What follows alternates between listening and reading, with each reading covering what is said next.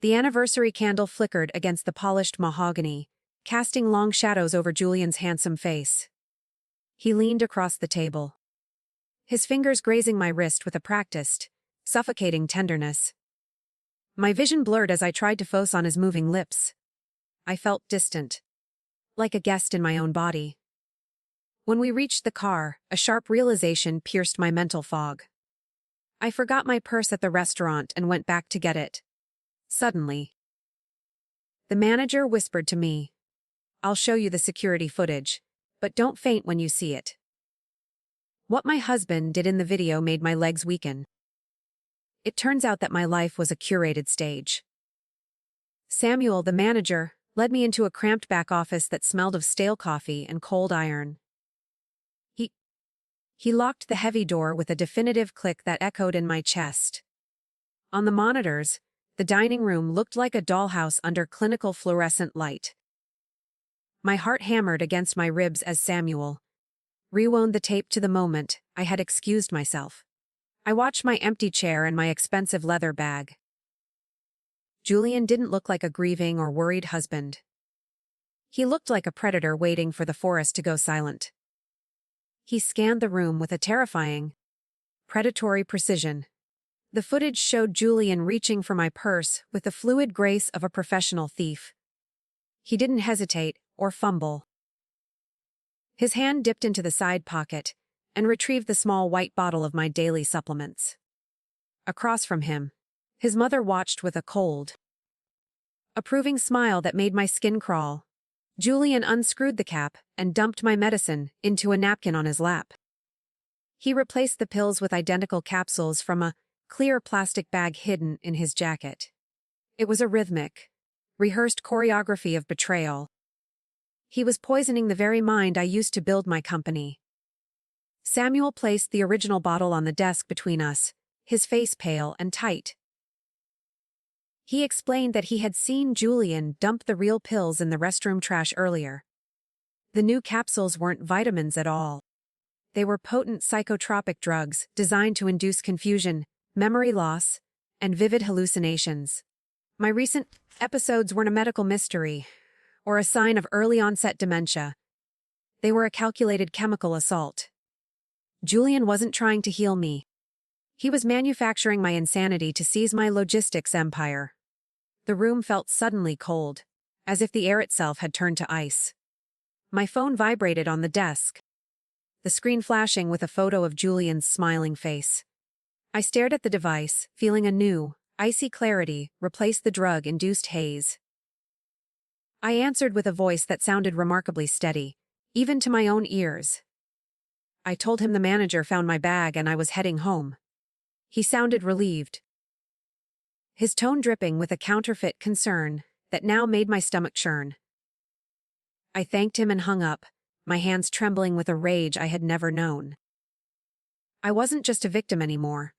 I was a witness to my own attempted murder. The drive back felt like a descent into a lion's den. I walked through the front door and saw Julian standing in the foyer, silhouetted by the warm light of our home.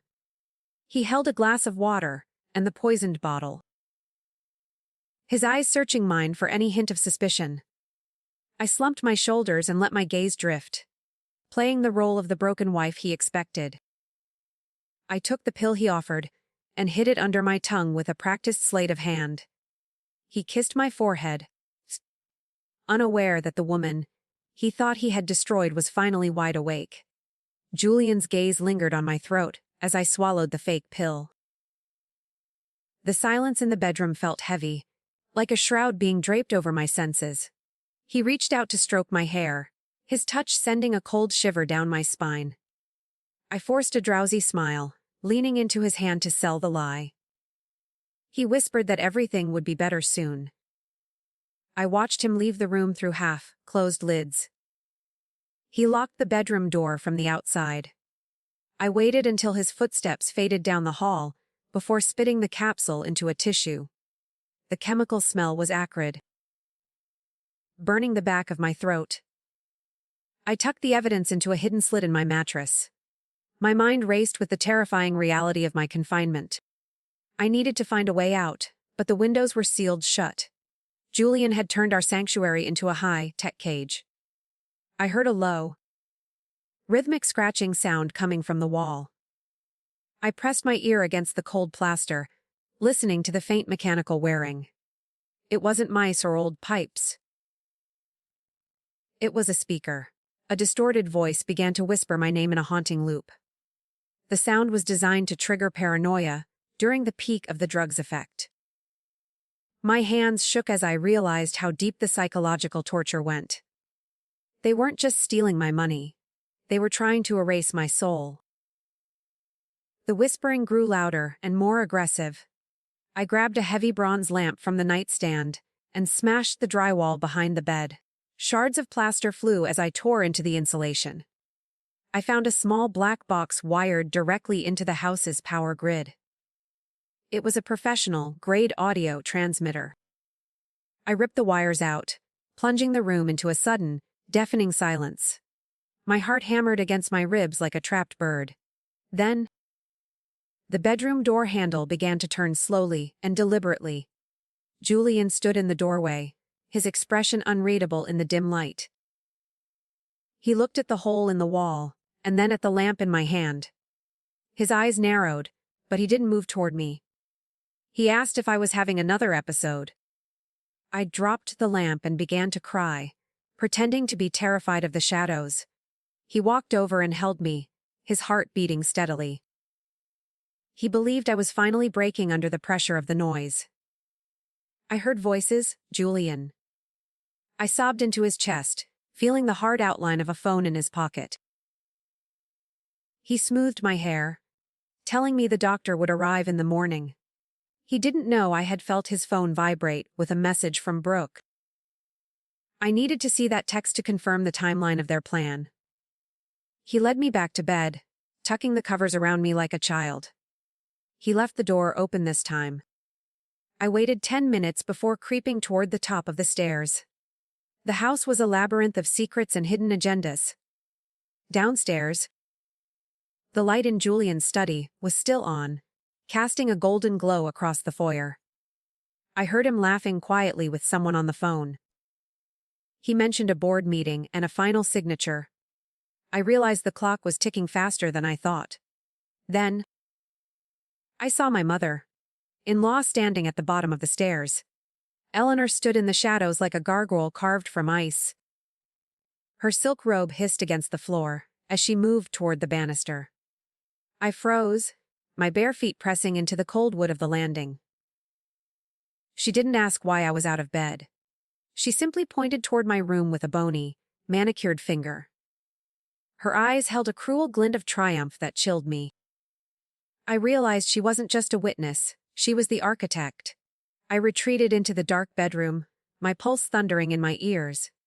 The door clicked shut again. But this time I didn't wait for the lock. I needed evidence beyond a few stolen pills and a broken speaker. My target was the small safe Julian kept in the floor of his closet. I knew he kept his most sensitive documents there. The fog in my head had cleared completely now. I moved with a silent, desperate speed toward his private dressing area. The closet smelled of Julian's expensive cologne and cedar wood. I knelt on the floor, peeling back the corner of the heavy wool rug. The digital keypad of the safe glowed a faint, ghostly blue in the darkness. I tried the code for our anniversary, but it blinked red. My hands shook as I realized how little I truly knew him. I tried his mother's birthday next. The mechanism whirred, and the heavy steel door popped open with a soft, metallic thud. Inside the safe lay a stack of folders bound in black leather. I pulled them out, my breath hitching as I flipped through the pages. I found a forged psychiatric report describing me as a danger to myself. It was signed by a doctor I had never even met. Below that sat a power of attorney form, already notarized with my forged signature. Julian had planned for every contingency. He was ready to erase my legal existence by Monday morning. I reached deeper into the safe and found a small velvet box. Inside wasn't jewelry, but a second set of wedding rings and a photograph. It showed Julian and Brooke standing before a justice of the peace 5 years ago. They weren't foster siblings at all. They were husband and wife long before I ever met him. My entire marriage had been a long-term corporate raid. The betrayal felt like a physical blow to my stomach. I felt sick. A sudden light flickered from Julian's desk across the room. His laptop was open, the screen illuminating a series of recent bank transfers. He had been draining my company's reserve accounts into an offshore fund for months. The totals were staggering, enough to bankrupt the logistics firm within weeks. I took photos of every document with my phone, my fingers flying over the glass. I had everything I needed to destroy them. Then, the floorboards outside the closet creaked. I shoved the folders back in the safe and scrambled under the hanging suits. The closet door swung open, casting a long bar of light across the floor. Julian walked in, humming a low, tuneless melody that set my teeth on edge. He reached for the very rug I had just replaced. My heart stopped as his hand brushed the edge of the wool. He paused, sniffing the air as if he could smell my terror. He pulled a hidden gun from the safe. Julian checked the chamber of the sleek black pistol. The metallic slide clicked forward with a finality that made my blood run cold. He didn't look like the man I married. He looked like a machine finishing a task. I stayed motionless behind the rows of heavy winter coats, praying he wouldn't look down. He locked the safe and replaced the rug with a careless kick. As he turned to leave, his phone chimed. He laughed softly and left the room. I waited until the light vanished before crawling out. My knees were bruised from the hard floor, but adrenaline kept the pain at bay. I had the digital evidence. But I needed a physical exit strategy. The bedroom door was locked again, so I moved toward the en-suite bathroom. There was a narrow laundry chute hidden behind a panel in the tiling. It was built for linens, not people. I took a deep breath and squeezed inside. The descent was a blur of rough wood and suffocating dust. I landed hard on a pile of damp towels in the basement. The air was thick with the scent of detergent and mildew. I scanned the dark room for a way out, my eyes adjusting to the shadows. A heavy steel door led to the garage, but it required a code I didn't have. Then I saw a small window near the ceiling. It was my only hope for escape. I stacked several plastic crates to reach the latch. The plastic groaned under my weight, threatening to collapse at any second. I pushed the window open, feeling the bite of the cold night air on my face. It was a tight squeeze, but I hauled myself through the gap. I tumbled into the wet grass, the moisture soaking through my silk pajamas. I was finally outside the walls of my prison. The silence of the night felt heavy. I kept low, moving through the shadows toward the back of the property. The neighbor's house was dark, but I knew they were out of town. I found their spare key hidden inside a ceramic frog near the porch. Once inside, I grabbed their landline and called my father's old attorney, Andrew. His voice was gruff but familiar. I told him everything in a hushed, trembling tone. He told me to stay put and wait for his signal. Andrew arrived 20 minutes later in a nondescript silver sedan. He didn't ask questions. He just opened the door and handed me a warm coat. As we pulled away, I looked back at my house. The lights in the master bedroom were still on. Julian was likely realizing I was gone by now. Andrew handed me a thick file of his own. He had been investigating Julian's finances in secret for months. My father had never truly trusted my husband. "There is more, Daniela," Andrew said, his eyes fixed on the road ahead. He explained that Julian had already scheduled an emergency board meeting for 10 o'clock tomorrow morning. They were going to use the forged psychiatric report to strip me of all voting rights. We had less than 12 hours to prepare our counter-strike. I opened the file and saw a name I didn't recognize. Julian wasn't acting alone. He was working for my biggest competitor. The name on the folder was Victor Thorne, the CEO of Triton Logistics. I felt a cold surge of realization as I stared at the logo. Triton had been trying to acquire my company for a decade. Julian wasn't just a greedy husband. He was a corporate spy planted in my life years ago. Andrew parked the car in front of a safe house on the outskirts of the city. He told me to rest, but sleep was impossible now. The sun rose over the skyline, casting a harsh light on my bruised hands. I washed my face with freezing water to sharpen my nerves for the coming battle. Andrew had spent the night verifying the bank transfers and the marriage certificate. We had a folder full of digital fire, but we needed the board to listen. I dressed in a sharp black suit that felt like armor. I was no longer the fragile woman they had drugged for months.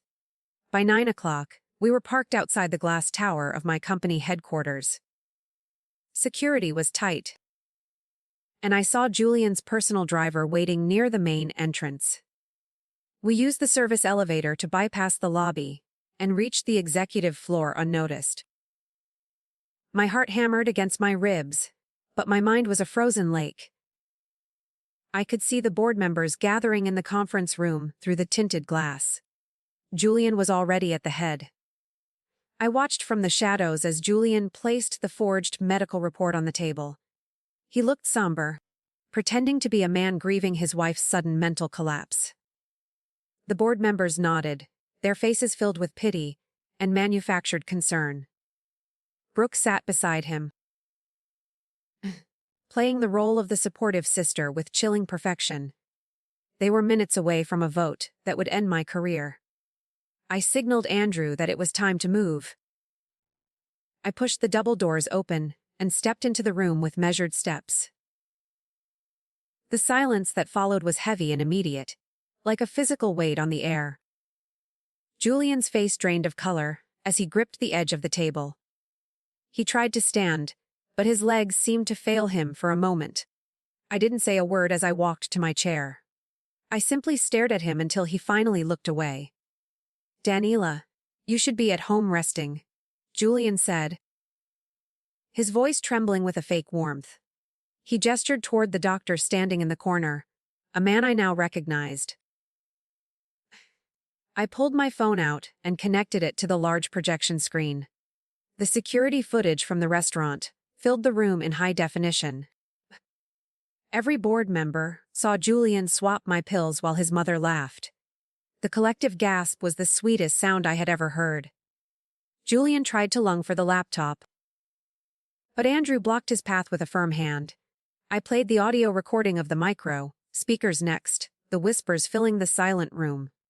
Then, I displayed the marriage certificate showing Julian and Brooke were husband and wife. The betrayal was now a public spectacle that no one could deny. Julian looked at the door, but 2 police officers were already waiting. The doctor had disappeared into the hallway during the chaos. Julian's face twisted into a mask of pure, unadulterated desperation as the police moved closer. He looked at the exit, but the heavy glass doors remained locked by my command. The board members scrambled away from the table, like frightened birds in a storm. I stood my ground, feeling the cold weight of the evidence still clutched in my hand. Brooke began to scream that it was all Julian's idea. She looked frantic, her elegant facade finally shattering into sharp, jagged pieces. The lead officer reached for Julian's arm, but my husband dodged him with a sudden, violent movement. He grabbed a heavy crystal award from the sideboard, holding it like a blunt weapon. The room fell into a terrifying, breathless silence as he backed toward the window. He looked at me with eyes that were no longer human or familiar. There was no love left, only the raw, ugly instinct of a cornered animal. I didn't flinch. I wanted him to see my absolute lack of fear. "You think you've won, Daniela, but you're already broken," Julian hissed, his voice cracking with a high, manic energy. He swung the award, shattering a glass display case as he moved. The officers drew their tasers, the red dots dancing across his expensive wool suit. I stepped forward, ignoring Andrew's hand on my shoulder. I needed Julian to understand the depth of his failure, I needed him to know he had lost everything he had spent years trying to steal. Suddenly, the projection screen behind me flickered and changed to a live bank feed. Andrew had successfully bypassed the offshore account's encryption during the chaos. The board watched in silence as the millions Julian had stolen began to drain back into our corporate accounts. Every cent was returning to where it belonged with a steady, digital pulse. Julian's grip on the Crystal Award loosened as he realized his leverage was gone. The money was the only thing he truly worshipped. The officers closed the gap, pinning Julian against the cold glass of the skyscraper window. They wrestled the weapon from his hand and forced him to the carpeted floor.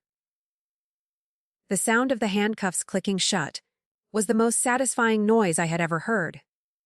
Brooke was already being led out, her head bowed in shame. I looked at the board members, who were now staring at me with a mixture of awe and deep guilt. "The vote is cancelled," the chairman announced, his voice trembling as he looked at the wreckage. He apologized for his lack of faith, but I didn't care about his words. My eyes were fixed on Eleanor, who was sitting perfectly still in the back corner. She hadn't moved or spoken since the police arrived.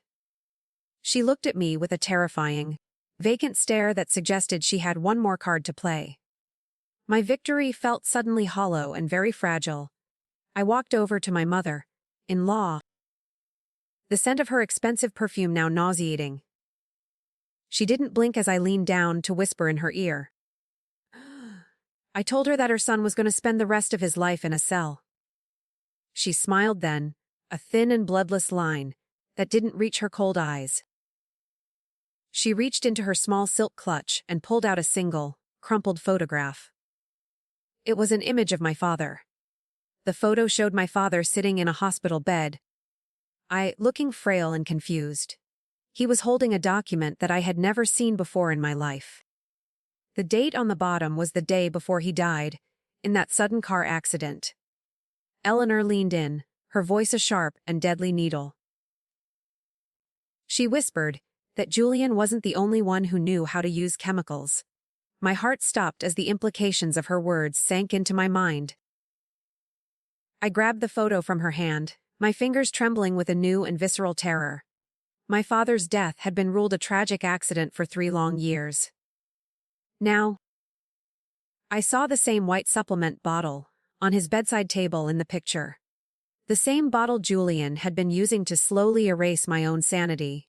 I realized the conspiracy didn't start with my marriage. It began much earlier, in the shadows of my father's final, lonely days. Eleanor stood up slowly, smoothing her robe with a calm, practiced grace. She looked at the officers and told them she was ready to go. She acted as if she were leaving a social event, rather than a crime scene. As they led her away, she turned back to look at me one last time. She told me to check the brakes on my car.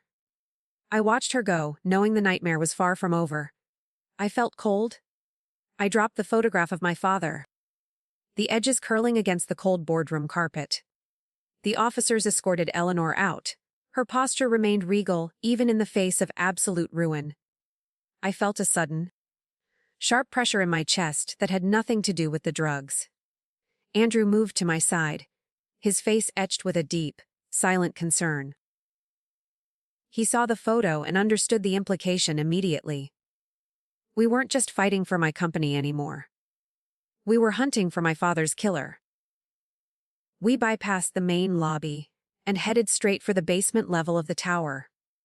I needed to see the car Julian had insisted I use for the past month. Andrew called a forensic specialist he trusted, someone who worked outside the city's influence. The garage was silent, the air smelling of oil and old concrete.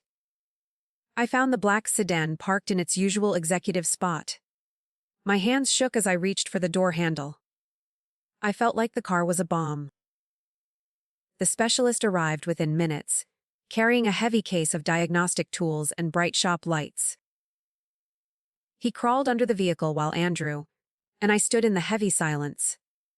I kept seeing my father's face in that hospital bed, his eyes clouded by the same poison. The realization that my entire life had been a trap made me feel physically sick. I gripped the cold metal of a nearby support pillar to steady my legs. The mechanic finally emerged, wiping grease. "The brake lines have been compromised, but not in a way you would notice immediately," he said quietly. He showed me a small, solenoid-controlled valve hidden near the master cylinder. It was designed to fail only when the car reached a certain speed or temperature. Julian hadn't just been drugging me, he had installed a literal kill switch in my daily life. The cruelty was so precise it felt mechanical. I looked at Andrew, and he saw the new fire in my eyes. We didn't call the police again. We needed a different kind of leverage to break Eleanor. Andrew drove me to the precinct where they were holding the conspirators in separate rooms. I demanded to see Brooke first, knowing she was the weakest link in their bloody chain. She was huddled in the corner of a gray interview room, her makeup ruined by tears. I sat across from her and placed the wedding photo on the table. Her eyes widened with a fresh, sharp terror. "Julian is going to blame you for the brake lines." "Ice Brooke," I said. My voice as cold as ice.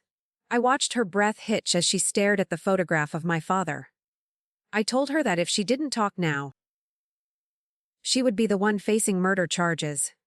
She began to shake, her hands clutching the edge of the metal table. She whispered that Eleanor had the original documents from the night my father died. She said Eleanor kept them in a safety deposit box. Brooke confessed that Julian had been the one to switch my father's medication 3 years ago. Eleanor had watched the whole thing, filming it as insurance against her own son. It was a family built on blackmail and mutual destruction. My stomach turned as I realized I had invited these monsters into my home. Brooke gave me the key's location, hidden inside a hollowed-out book in Eleanor's library. I stood up and walked out without saying another word to the woman who stole my life. I drove back to the house with Andrew, the familiar streets now looking like a foreign land. We entered the library, the air thick with the scent of Eleanor's expensive tea and old paper. I found the book, a leather-bound edition of Dante's Inferno. Inside was a heavy brass key and a handwritten note from my father. The ink was shaky, but the message was clear. He had known they were poisoning him. He had tried to warn me in his final, fading moments. The note contained the location of a second safe, one Julian didn't know existed. It was buried beneath the floor of the greenhouse my father had loved so much. We ran through the rain, the mud clinging to my designer shoes. I dug with my bare hands until I hit metal. The small box contained a digital recorder and my father's true will. He had left everything to a trust that Julian could never touch. I realized then that my father had saved me. As I held the recorder, my phone chimed with an alert from my home security system. Someone was in the house, moving through the master bedroom with a focused purpose. I checked the camera feed and saw a man in a dark hoodie. He wasn't Julian or an officer. He was holding a gallon of gasoline and a lighter. I knew I had to act fast to save the evidence. The conspiracy went deeper than the family. Victor Thorne was finally sending someone to clean up the mess. The house began to burn, an inferno swallowing the lies Julian had built. Orange flames licked the library curtains as the arsonist fled through the broken terrace doors. I clutched my father's recorder to my chest, the plastic casing biting into my skin. Thick, oily smoke began to fill the hallway, stinging my eyes and lungs. Andrew grabbed my arm, pulling me toward the garden exit as the ceiling groaned. We reached the wet grass, just as the windows shattered from the heat. My past was burning, but the truth remained in my hands. The heat behind us was a physical roar, but my mind was focused on the recorder. I pressed play, hearing my father's raspy, fading voice through the small speaker. He spoke of Victor Thorne and a secret ledger hidden at the logistics docks. Julian had been Thorne's pawn from the start. Trojan horse sent to dismantle us. The recording ended with a cough and a final, desperate warning about the brakes. He had known then what I only discovered now. Our lives were worth less than their ledgers. My father hadn't died in an accident. He had been executed. We didn't wait for the fire trucks to arrive at the burning estate.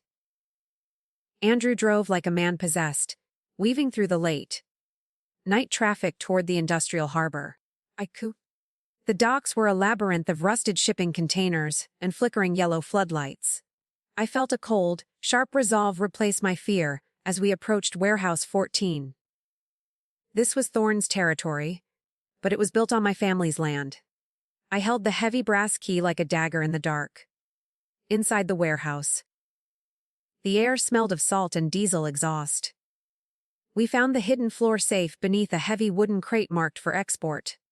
The ledger was inside, filled with years of illegal kickbacks and Thorne's personal signatures. It was the missing link that tied the corporate sabotage to my father's murder.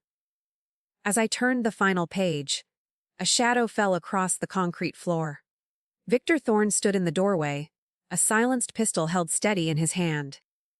"You should have stayed in the house, Daniela," Thorne said. His voice a low, gravelly rasp. He didn't look angry, he looked bored, as if I were a minor clerical error. I held the ledger up, showing him the signatures that would end his life. He stepped into the light, but he wasn't looking at me. He was looking at Andrew. My attorney didn't move or flinch as the truth settled in the room. Andrew's eyes were cold, devoid of the warmth he had shown me since childhood. He reached out and snatched the ledger from my trembling hands. The betrayal hit harder than the drugs ever could. Andrew had been my father's trusted friend. Yet he stood now by Thorne's side. He whispered that the world was built on interests, not loyalties. I backed away, my heels clicking against the cold floor as the exit seemed miles away. Thorne raised the weapon, but a sudden siren wailed from the docks outside. Suddenly, flashing blue lights reflected off the rusted metal of the dock. Samuel, the manager, had used the GPS tracker in the restaurant purse to lead the police directly to us. I wasn't the only one recording tonight. As the police swarmed the warehouse, Victor Thorne and Andrew were forced to drop their weapons. The ledger, once a tool for my destruction, became the final nail in their coffins. I walked out of the harbor into the morning light, finally free of the ghosts and the shadows.